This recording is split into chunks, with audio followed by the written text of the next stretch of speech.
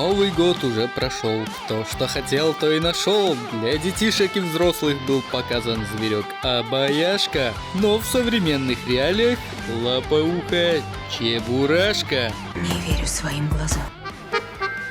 С Бадуна увидав, можно, испугаться, но не стоит спешить над ушастым стебаться. Пусть он внешне и похож на болвана, но сам себя называет Папузьяна. Угу. Что-то не верится.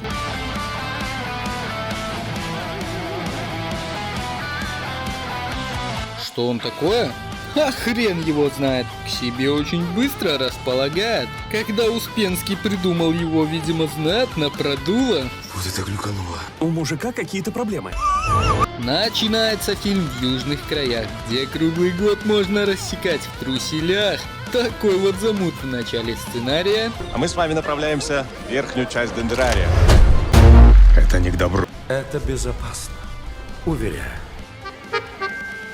В полях уж созрел урожай апельсинов. Полно в них халявных для всех витаминов. Крокодила Гену играет садовник Гармаш. У него с настроением скверно. Бедняга, даже смеяться неловко. Да, но весело. Да, это верно. Но это с какой стороны поглядеть? Зависит от освещения. В апельсиновой роще завелся ворюга. Косо людишки стали смотреть друг на друга. Но потом засекли что-то ушастое в воровском силуэте. Может, он этот, Йетти? Обожаю тебя, ты гений. Ну и цирк тут у вас. Йети не может быть таким няшным. Кот слеплен в картинке слишком винтажным. Поведение Гены при встрече очень крутое. Ты что такое? Не стой без дела, поди принеси пивка. Что же ты за дрянь? Похоже на китайский кусок говна. Ага, чтоб кто-то знал, что такое этот ханыга ушатый. То ли Киркоров шалит, то ли телепузик потлатый. В общем, Гене прибилось это чудо лесное. Страшно, очень страшно. Мы не знаем, что это такое. Если бы мы знали, что это такое, мы не знаем, что это такое. О, да. И чтоб этот пшиздрик суету не навел, Гена Валеру, эксперта экзотики, в гости привел. Сам прифигел, увидав недоросшего гигачада. Вот это не надо. Это очень странно. Тут ты прав. Спустя время поняли, что Чебуратор блаженный, но в сравнении с ними IQ высоченный. Ближе всех к пониманию, кто он, подошла начальница парка, выдала, что лопоухий — это... Белорусская ушастая овчарка.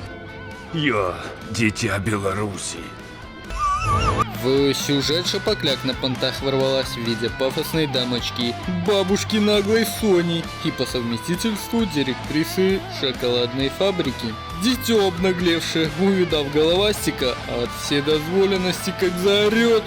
Хочу ужастика! Чего орёт? Тогда бы... Гена с Валерой к чебуреку привыкли и не хотят отдавать. Но малая мажорка привыкла, что хочет, легко получать. Шапокляк ради внучки в этой сделке уперта, но старики непреклонны. Да пошла она к черту. Она маньячка! Вы знаете, Добронравов с Гармашем на роли подошли идеально. Как будто в реальности так и живут. Буквально. Поэтому фильм навевает эффект новизны. Шапокляк реально, бесит. Клоуны. Такое творит с людьми. Они тут все Капитализм, детка. Короче, блатной это все надоело. Скоммуниздить животное желание созрело. Неужели о том, что принудиловкой мил не будешь, тетка не знает? А у животных это разве бывает? Да не у каждого человека это бывает. Что это вообще значит? Вы знаете. Сила дружбы в итоге, бабло победило. Много кринжатины в фильме происходило. Да, для взрослых его смысл не имеет значения. А это-то уже логическое мышление. Да какая разница? Ну, в целом, достойно семейное вышло кино. Ностальгия для взрослых, детишкам смешно. В киноленте ожил лопоухий пухляк. На эмоции давит. Прямо... Вот так. Эти русские свое дело знают. А ты чебуратору лайков от себя накидай, на канал подпишись и не пропадай. Жду в комментариях мнение, кто же такой чебуроид от экспертов наших диванных. Что-то среднее между попугаем и обезьяной? Бинго! Ну что, папузьяны, фильм «Чебурашка» вроде как исследовал.